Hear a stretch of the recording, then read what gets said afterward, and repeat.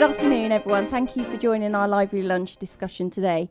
My name's Natalie Butler. I'm the Director of Marketing for the library team at TNF in the books business. I've been in this role for the last 12 months. This is my second time at Charleston. I came for the first time last year as I immerse myself in this wonderful community within the library marketplace. And the second time here today, find myself sat with a great panel ready to run a fabulous session, I must say. I think it's gonna, you're gonna be able to take away some real insight back to your own institutions and practical insights from what the panel can share with you today. So who have I got sat next to me? I guess I'll begin. Is it on? Hello? Sorry. You can't really tell. My name is Kristy Wilfong. I'm the Collection Assessment and Analysis Librarian at Columbia University. I work in the Science and Engineering Library. And aside from what you can probably believe that I do for my work, I also have responsibility for doing all our marketing for all the for our electronic resources, our print resources, as well as the services we provide our users. So although I don't have any classical training in marketing, I do have some experience coming from a vendor. I provided sales/marketing assistance, after sales assistance, and I have a deep interest in graphic design, and I'm a big visual person.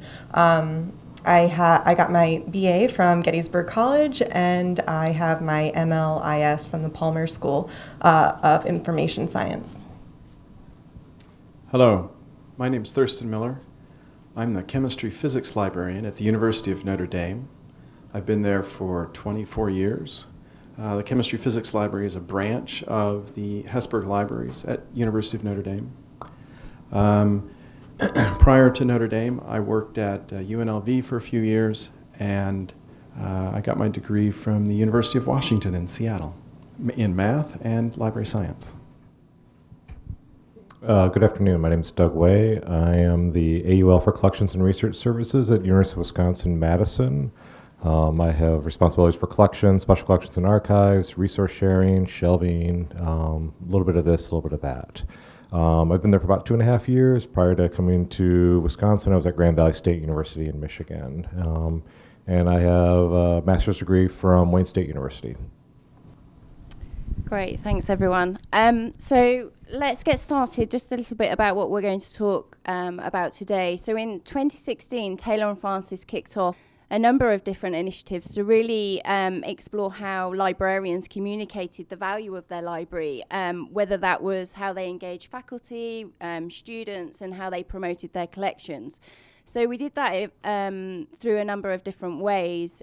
We went to the ER&L conference where we held a focus group and did something similar at the ALA conference in New York. And simultaneously, we were running surveys alongside the focus groups that we were running with the academic library community. And the engagement and feedback was astounding. Some of the insights that we were gathering, it was just remarkable about what was going on in this marketplace and with the librarian community. And off the back of that, really initiated a thought to produce a white paper of primary research that we could share with you all in terms of how you can take some of those insights perhaps back to your institutions.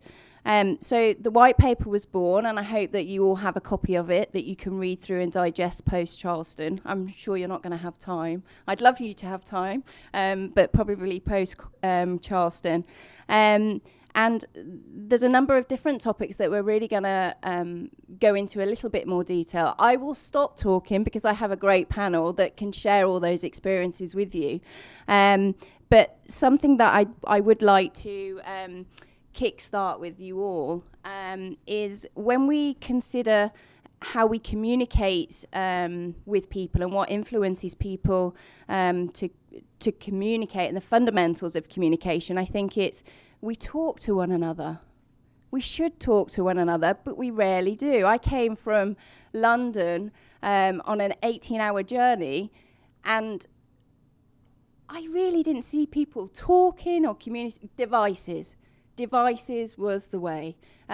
Yes, they may not have known each other, but the conversation has somehow disappeared, and I think it's about reigniting that in terms of how we do communicate with each other. And we've heard already from a couple of sessions earlier on this morning about how do we get in front of people and communicate and engage. So Thurston, do you want to share some of your experiences of communicating and getting in front of the right people? So one of the things I do is I try to get to meet with the department chairs or the dean of the college about every 2 or 3 years. And the purpose is not to tell them what the library is doing. I could do that anytime. But the purpose is to listen to them. So I get them talking about their favorite topic, which is themselves, and they go on and on. So, and you ask questions, who's your competition for getting graduate students? What are the undergraduates doing? How's the grant climate looking for you? I just listen. And I don't necessarily offer any kind of suggestions about how the library could help them. I save that for another meeting, which I could do a week or 2 later. So I get 2 meetings out of 1 then. So I think, as Thurston said, I think one of the keys that we find is trying to find the right people to have those conversations with. And sometimes you need to have the right people to open the doors to have the conversations with who you want to meet with. So as we try to think about how we can engage with our research office or with different centers on campus there, sometimes we're leveraging those existing relationships we have with faculty. The faculty can often open the doors and say, oh, you should bring the library in on this initiative. The library could play a role in this piece is there. And other times, what we're looking to do is trying to figure out what's the hook that we can do. So I do with collections, and I always talk to our liaisons about using collections as a hook. We can see from survey after survey how faculty see one of the main roles of the library is buying materials on their behalf, and which is a really important piece to do. But I sort of look at it as that sort of the little sample drug. Let me give you this, I'll buy this for you, and then let's have a conversation about all the other things that we can do for you in the library there. So I think it's, what's the hook, and then who are the people that can help open those doors for you? And I would just say that I'm going to break this into 2 separate things. So we have our conventional ways of how maybe something that you do in the audience as well, talking to people, communicating with people. In New York City, as small as New York City is, it's very large, and our campus, as small as it is, it's very large, and it's hard to get to people. So what we try to do is we have contact information for all the department administrators, and we send them out newsletters about 4 times a semester. And we're able to show them what we're doing without disturbing them in some way. And we also have a subscriber list to this newsletter. And we have, the last time I checked, we had about 350, which I think is good because we've only had subscribers to the newsletter for about 1.5 years now. And then there's the unconventional ways, or the kind of abnormal ways where you're just, we have a very extroverted librarian that likes to do yoga, and the person next to her on the yoga mat happened to be a math professor.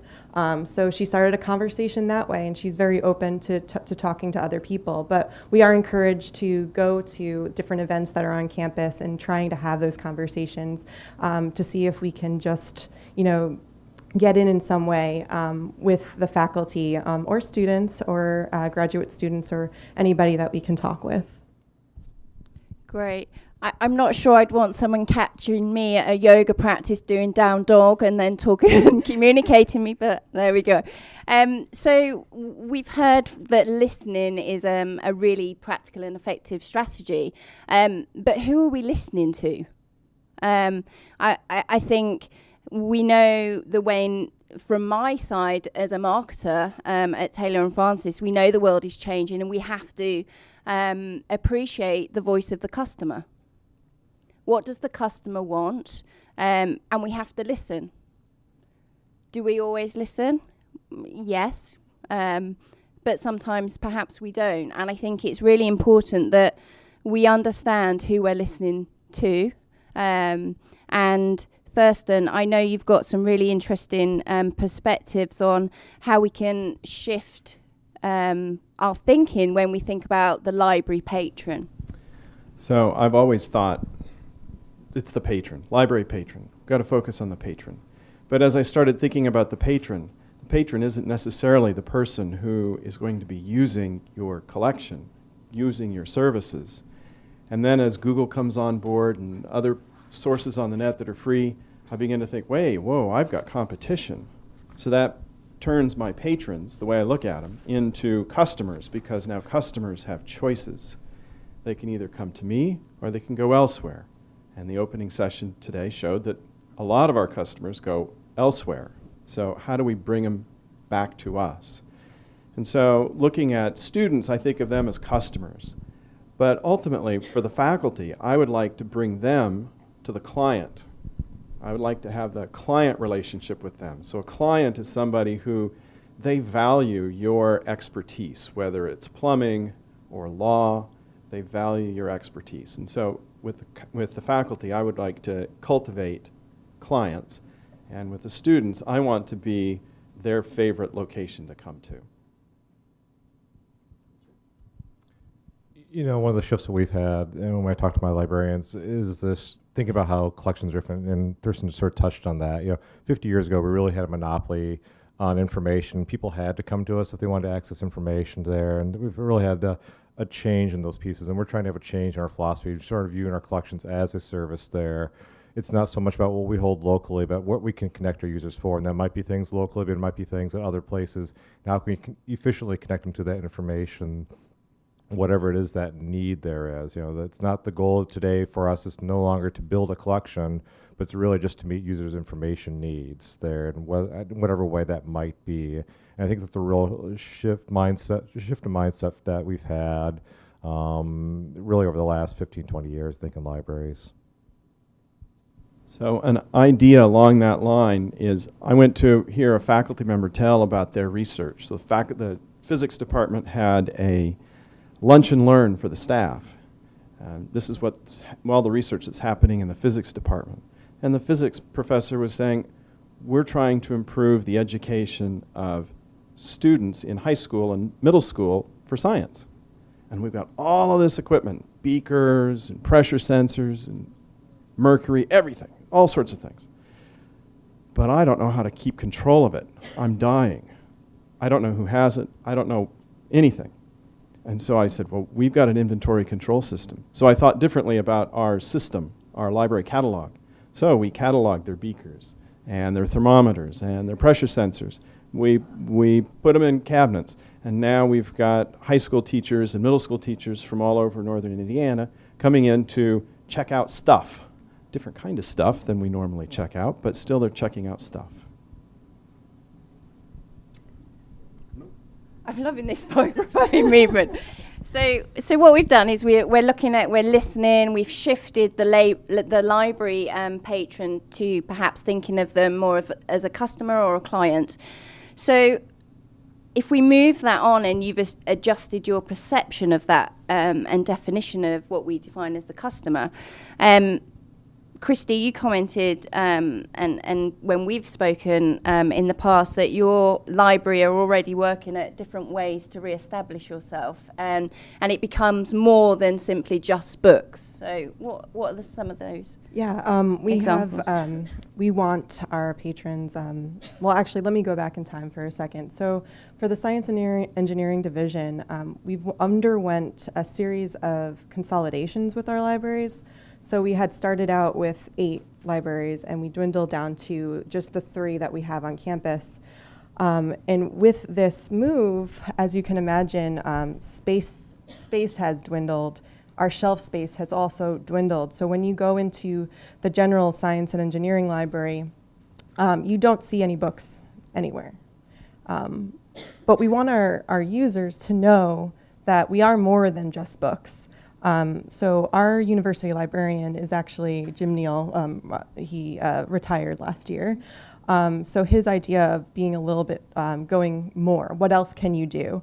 Our way of doing that is by developing a software's budget. So we actually have a budget to buy software that our users can use. We have them. We've done several different things. Most namely, recently we actually acquired electronic lab notebooks, and we've done that with other departments on campus. So it's a way of jointly purchasing things and showing that yes, the library can help in a procurement of such a resource.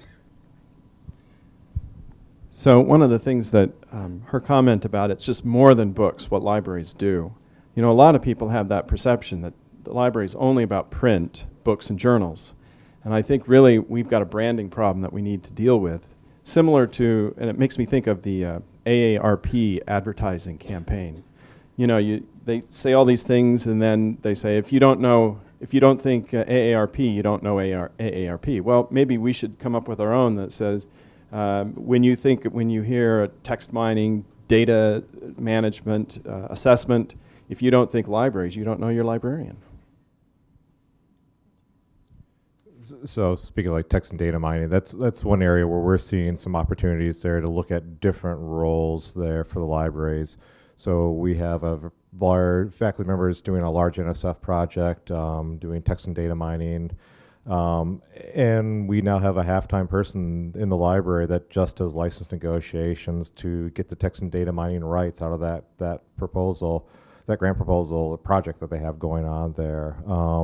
So that's just like sort of one area that we're doing there. We're also, around text and data mining, we're doing consulting with faculty. Often faculty and graduate students, they're often very clueless about what the possibilities are and what they need to do. And so how can we help them be successful and figure out these projects, knowing that these projects are almost always a one-off. There's never two that are exactly the same on those pieces there.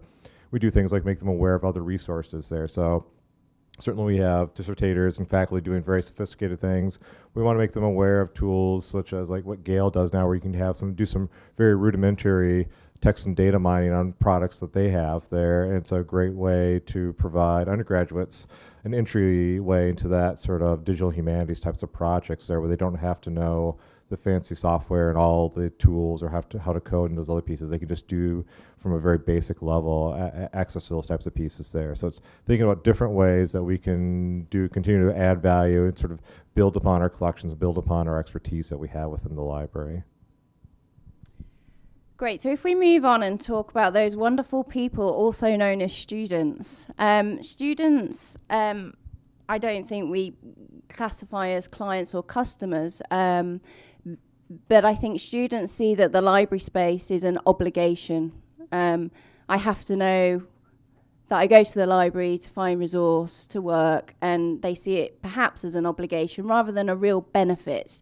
So when we talk about the student, and we know that there's a turnover of students through each cycle, how do you start to shift the students' perception of the library in terms of it being an obligation and actually being a real benefit to them? You know, as I was thinking about that question, we're at Notre Dame, we're going through a renovation of the main library. And what's amazing is how that's drawing people in. So something as simple as renovating the space brings people in, and it's not so much that they have to be there, but they want to be seen there. So that's one way we're changing how they think of the library. Can I just ask, what are you doing in terms of your renovation plans? Oh, is it not that exciting? What? Is it not? Well, as someone who lives in an other side of campus, I don't spend a lot of time over there, so I can't really spend too much time commenting about it, but they're completely revisioning the way that this storage box, which was that's the way it originally was designed, a storage box, how it looks, and now you've got more connection between floors and the outside, and it's really drawing people in. I was just going to add on a little bit from what you said, renovation. So I know a big word is makerspace. A lot of schools are now going towards that, and the library is finding the niche in that. So at Columbia, we actually, in our science and engineering library, we've gone the step of not necessarily having a makerspace, but having an innovation space, that it's a collaborative environment. We have moving tables and chairs, whiteboards out. We bring in workshops. It gets people to think about the other things that we can provide for them. One, namely, being one that's very well attended, is Introduction to Python. So learning how to script, which technically I know these students probably should know before they go, but people do have questions, and it's not always science people that we have going to these workshops. It's even people in digital humanities that just have questions and want us to answer them. And also, there is a makerspace in the engineering school, and we didn't want to overshadow them in any way. And we understood that they definitely had the funds and the clientele to develop their makerspace. So instead of competing with them, we collaborate with them, and we do projects together, and we do workshops together. So they have a vinyl cutter. We don't have to buy one. We can use theirs. I think, when we think about this question, one of the things I think we have to keep in mind, and we all know this, but is that when we say students, we have students in lots of different points of where they're at, and their needs are really different. So one of the things we try to think about is, how do we support graduate students? What are the things we do for graduate students, and how does that differ from what we do for undergraduates? And so we do things like we have graduate support series where it's drop-in workshops on, fascinating topics like archival research, or on, maintaining your professional identity with ORCID IDs and whatnot there.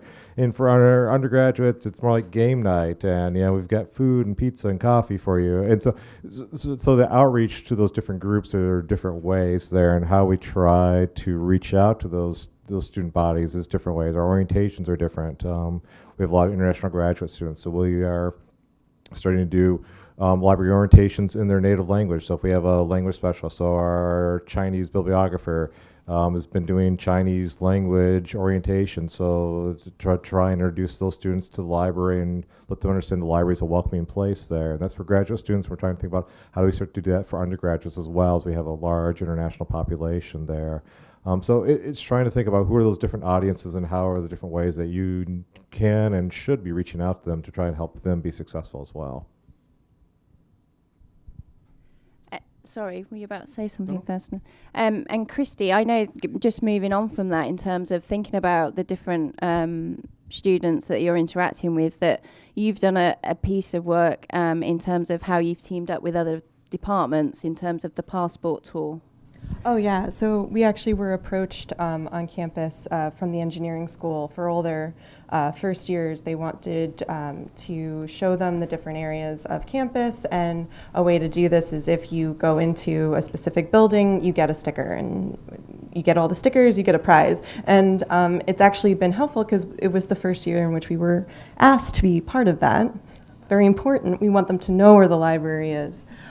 Much more important is we actually had them do some research while they were there, so they were using some of our resources, and we were recording how they were answering things, and we found out some very interesting tidbits, but basically they now know of us, so that's been great.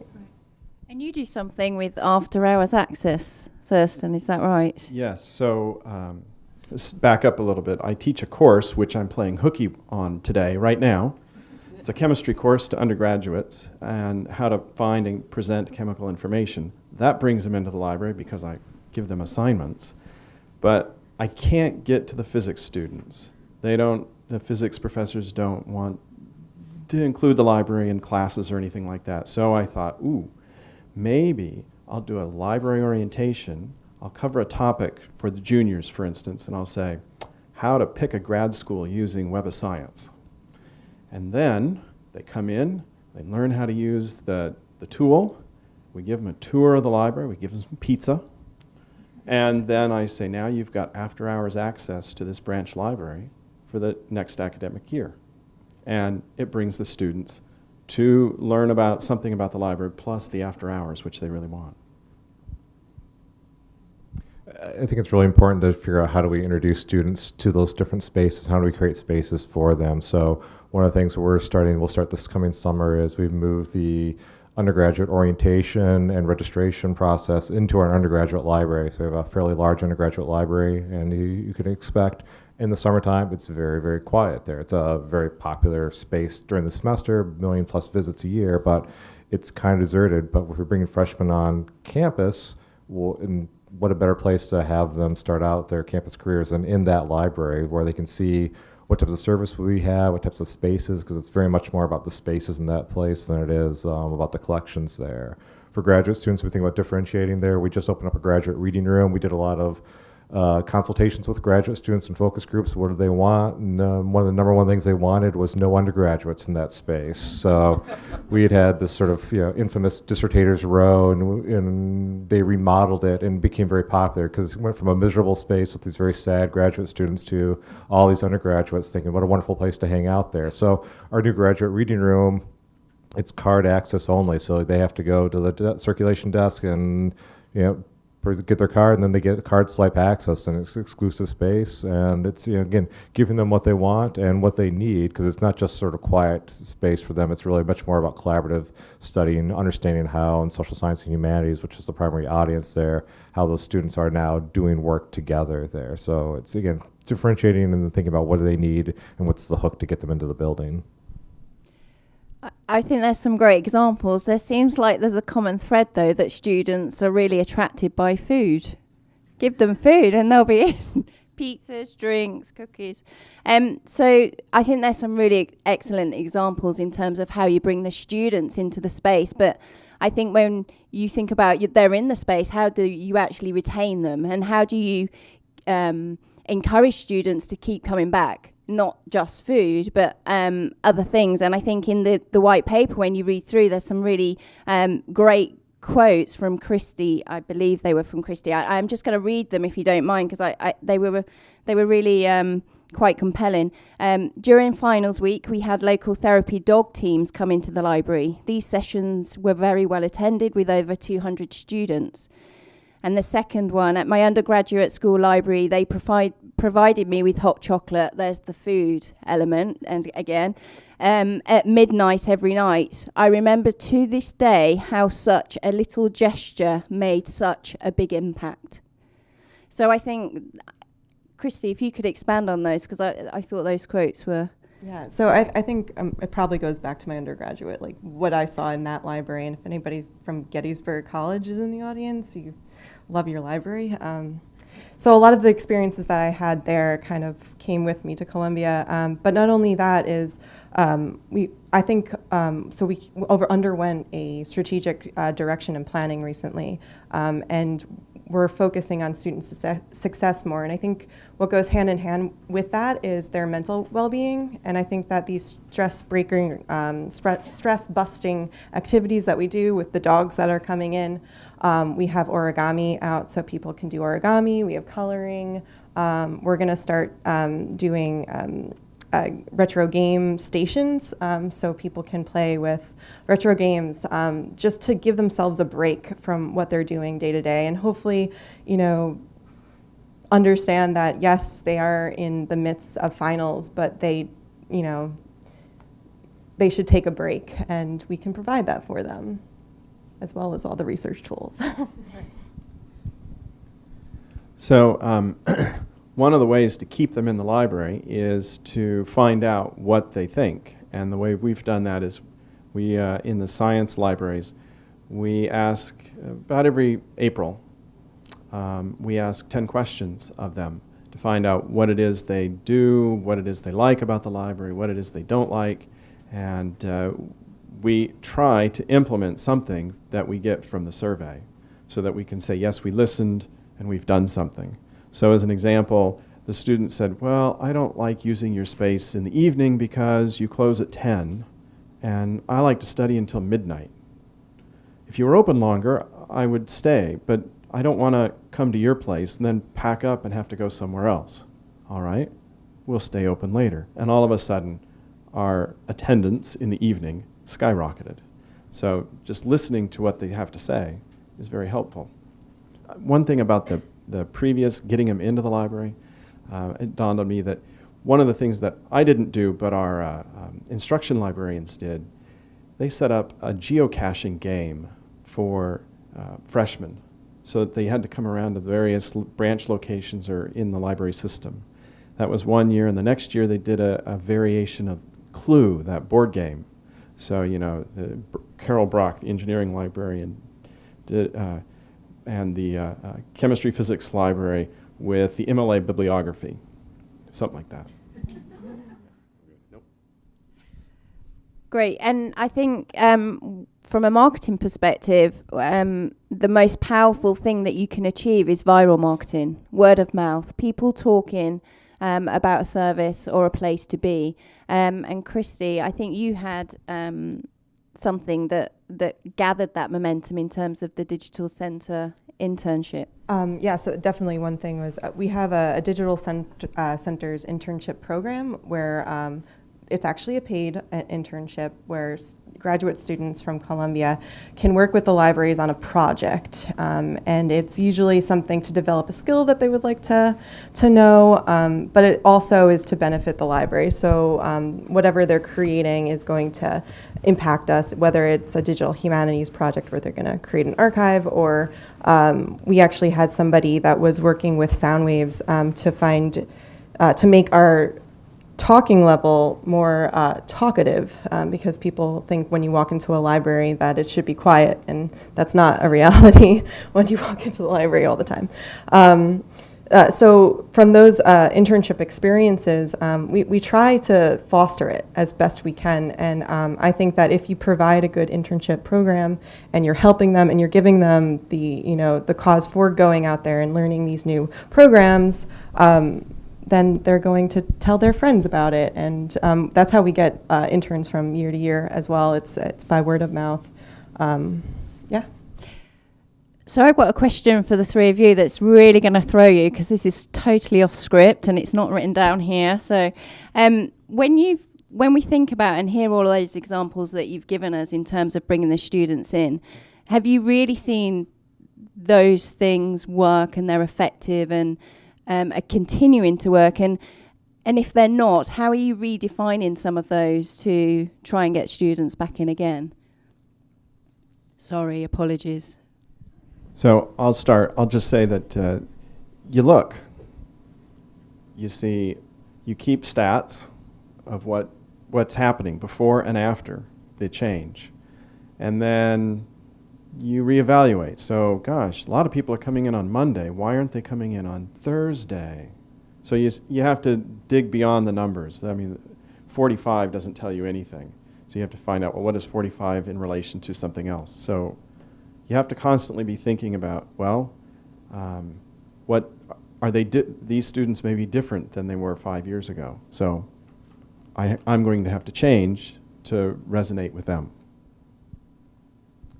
And I think it's a really challenging question in some ways, because I think, what does success look like when you do these types of programs, and what's the impact that you're trying to do? Do a lot of these programs have direct impact on student learning? Sometimes they do, sometimes they don't. But whether we can actually measure that, it's really hard to do. So my last institution and my current institution, we have popular reading program collections there. And my last institution, we started it, there was a study that came out that said students that read anything perform better academically. And so that was the case. Why would we spend $10,000 a year on, Janet Ivanovich novels? Well, because if we can get a student to read, we know from studies that they'll do better there. We may not be able to say directly that our students do better there, but we're trying to use some data to back that up, just as we know that students that come and use the library often persist better than students that don't use the library at all. So if there's things we can do to bring them in, again, we may not be able to draw that direct line to student success there. I wish we could, and if you could know how to do that, you should tell us. But I think that's, we have to think about those pieces there. When you said that, I have no idea, Idris. Yeah, no, you're the one that asked the question, so I'm giving you a stink eye. So. Was that the return favour? Thanks, exactly. Doug. So, Kristy, were you about to say No, something? I was just going to add in that for all the the workshops that we're doing, my opinion is this: that even if only one person goes to your workshop, if you can affect their work in some way, it has been impactful. So, when we have citation management courses where we're trying to show them about the different tools, even if I can just touch one person and say, introduce them to citation management, and they're going to use it and they have a huge smile because it's making their dissertation life that much better, it's worth it. And something else that came out, we talk about mentoring and tutor support, and actually when peers do that amongst themselves, it's very effective. And Thurston, I know at the engineering college, when you say that math tends to weed out a few people, you set up a new initiative to address that. So at Notre Dame, the math librarian was noticing, as we were talking to all of the chairs in the engineering college and the College of Science, that a lot of people as freshmen say we're going to be a science major, an engineer, and by the time you get to be sophomore, it's half. So what happened? And often when we talk to the chairs, it's math. So they have difficulty with math. So the math librarian set up this tutor program in the math library where they hire graduate students from the math program to help undergraduates with any kind of math. So it could be business math, it could be math for psychology, it could be any kind of math. And they give it their best shot. And the students really appreciate it. And now we're at the point where there's some faculty members that are saying, you know, if you have difficulty with the math, there's another source on campus to get help. And it's the math library, and they've got the math tutors. And sorry, I'll keep going on this because it's quite interesting. So we have library advisory boards, and we engage with all of you when we want to learn about different developments in the field and hear about those insights and you can help inform whether that's development of product or digital platform. Do you have a similar thing at your institutions in terms of advisory boards for students or not? So at Wisconsin, we do have advisory boards. Generally, undergraduate students are on that board, and we feed them, of course, because that's how you get them to show up for the meetings there. And we use it in a variety of ways, certainly gathering opinions on things that we're doing in the library, or if we are rolling out tech developments, we need a focus group. Hi, here's some pizza, and now tell us what you think about this terrible change we made to the interface. So those are ways we use them, and it's Wisconsin.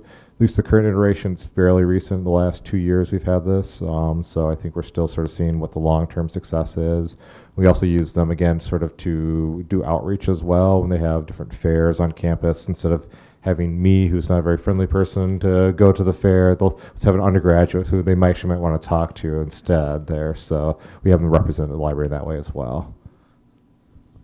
So at Notre Dame, we have a university committee on libraries, and they have a graduate student representative and an undergraduate representative. I don't know how useful that is for the student or for the library, because they're there with their faculty members, and so I'm not sure. But that's what we've got. I was just going to add that we do have a student advisory group. And it has been beneficial in a number of different ways, just really getting a pulse on what they want in the libraries and everything. But what has been the most beneficial is when they suggest things like rubber boards for the stairs in our library were wooden stairs, and everybody was tripping over them. And we had been asking for years for rubber boards. A bunch of students said something about that, and like the next day we got rubber boards. So it's I'm just saying they are the ones paying the tuition, and they sometimes have more sway than even we do. Great. So we've considered a few different elements here in terms of the external customer, well, internal to the organisation. So I'm going to spin it now onto all of you. So obviously there's an awful lot going on in your institutions in terms of initiative, innovation, whether that's engaging with faculty or bringing students into a space and retaining them, and equally perhaps becoming advocates of that space and telling their friends to head to the library. How do you actually then build a story? We like to talk about stories in business, and the stories that we tell have to be compelling. How do you actually then package that up to the administrators to really showcase the value that you're adding? Well, I think one of the key things, and one of the things I talk to my staff when we talk about things we're preparing, is we want to keep it simple enough for administrators to understand, and also simple enough for them to be able to explain as well. So first of all, we have to realize most administrators that we're talking to outside the library know nothing about libraries, and sometimes they can be a bit wary of us as a big giant black hole right there with IT sucking up all the money and never, our hands constantly out for more money there. So we want to explain what we're doing. And I think for us, it's really about using data combined with the stories. So that's the powerful piece. Data, what are we doing? Where are we going? Because frankly, a lot of what they get on what's happening with us compared to our peers is coming right out of the Chronicle Almanac. Whether we like the Chronicle Almanac or not, that's what they're going to and that's what they're reading there. So we want to provide data and show either why the Chronicle Almanac's good or why it's bad and what are we doing differently from that, and then also combine that with stories because they really do like a good story. I don't understand why, but they really like a good story, even though it's not generalizable at all. There was a quote in the white paper, and I thought it was great. So I'm going to read it out. It said, "People, me, in libraries love to start things that are really wonderful, but then we do a really lousy job of letting the world know about it." So one of the things that I think about, there are two aspects of it. First, I don't want to be too much of a filter for the higher-ups within the library, because the higher-ups in the library are going to be at Notre Dame are going to be the ones talking to the administrators on campus. So when it's appropriate, I'd like to invite my boss to come to meetings that I'm having with the chair or the dean, so that she gets the straight stuff without me filtering it.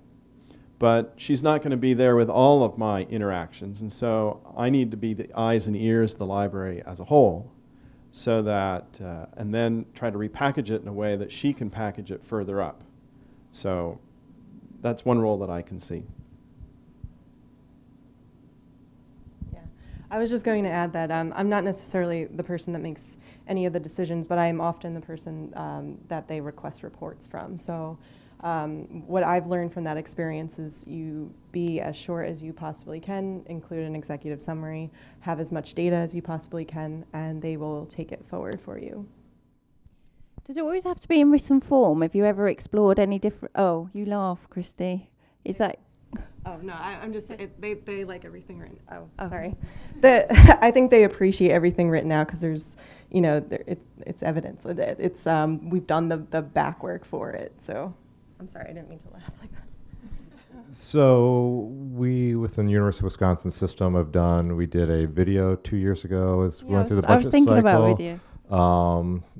We got zero money out of that, so I don't know if that was success or not. So, but it was a video, and it was really about telling stories, providing data, and then we had stories, and we had undergraduates talking about how libraries impacted them. So one of the stories was from a student at Madison, and he's pre-med, but he got hooked on Shakespeare in an English class for a gen ed class he took, and he's then been involved in this sort of student-led program where they go and they dig into books and special collections, and then have these community sessions where people from the community come in and learn about those materials and special collections, and they act as sort of student curators or docents for those materials there. And it really, he talks very eloquently about how that's impacted his point of view and how the humanities has impacted someone that's really a science major, and it has changed his worldview and how he thinks it'll help him going forward. So we thought it was a really good story, put it in a video. Again, didn't get any money out of it, but we do think videos can be an effective way to tell those types of stories there, and we're certainly trying to produce more videos in-house through our communications office to help with those stories. I actually have a question for you. So did you email those out to people, or did people actively have to go on the website or something?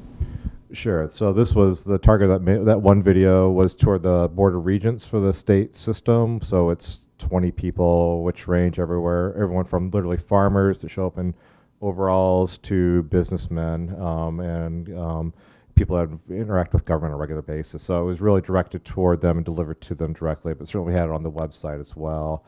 And as we produce videos in-house, we use the university's communication system, which pushes out lots of things, both to the campus, but also to the press throughout the state, and hopefully broader. So the goal there is with those videos as well, and we hope those things get picked up broadly. Sorry, I'm just going to dive in on the video theme because it's of interest. So with video, that was one element in terms of communicating the value. Are you exploring video options at the institution more widely for other initiatives? Like what? Well, I don't know. Just exploring video as a way of disseminating information to a group of people in terms of engagement. We know that video now is having huge spikes in terms of interaction, and we see the YouTube stats with video being uploaded, and we look at the success of vloggers. Is it vloggers? I'm not sure. We need a millennial in the room that are earning millions of pounds each year in terms of the video interaction. So I just wonder whether video is a way in which you could interact with students. I don't know. We've done a whole lot exploring that, how to directly interact with students in that way there. The hard part with videos, as if our communications person was here, what she would tell you is that they take a lot of time and effort and energy to produce there. And everybody says, let's just make a video. And to make a good video, it actually takes a lot of time and effort, a lot more time and effort than it is to write a really good story or press release there. And so we have to be really careful about where we're investing that time and money, essentially. So I think telling a story is really important, especially if you can tie the story to a goal or of the mission of the university. And because really at the end of the day, what you want to be is showing relevance to your university or your organization that you are helping. And if you don't show relevance, you don't show how you're benefiting them, they're going to ignore you. And maybe in the form of less money, what have you. But, and the stories work really well because they can be very powerful if they're well done. And they're hard to be well done, I'll say that. Someone once said to me, if you don't write the story, Natalie, someone will write it for you and it'll be awful. So, I agree with it, because often if the story if you haven't delivered the story yourself about the activity that you're producing, someone will fill the void and they'll make up their own stories. So you'll start something off and then it will go completely off track. And that's been some of my experience, and I think it's an important thing that we tell the story, and some of those great examples. How are we doing for time? So I think they were some of the elements we wanted to touch on in terms of the white paper and what we discovered. I think when you look through the white paper in more detail, I would really hope there are some practical examples that you can take away to your own institutions, whether that's just listening, being present when you're in front of someone, and actually being present in that moment when you're in front of them. And I think that's one thing that sometimes we're not present, and actually we're already answering the question for them in our own minds. So actually to be present when we're asking for that insight. And then obviously the shift in terms of the library patron and shifting that maybe to the customer or the client, and then how you engage the students and you bring them to the library space. How do you retain them? How do they then become advocates for you? So I think, and then obviously selling your story in terms of your success and what you've delivered. Have we missed anything? No. Yes, of course. So I will stop talking. I just want to say, Doug's laughing because he knows I talk a lot. I just want to say thank you very much for all of you for your contributions, not just today, but throughout and over the last few months. It's been tremendous, and certainly for me in a relatively new role, it's been great. I do also want to say a huge thank you to someone sat in the audience, Amy Taub. Without her and her help and support, this wouldn't have been possible. So I want to thank Amy, who's quietly now sat at the front, but she's here, so I do want to thank you. And thank you to all of you. I hope that you have taken away some examples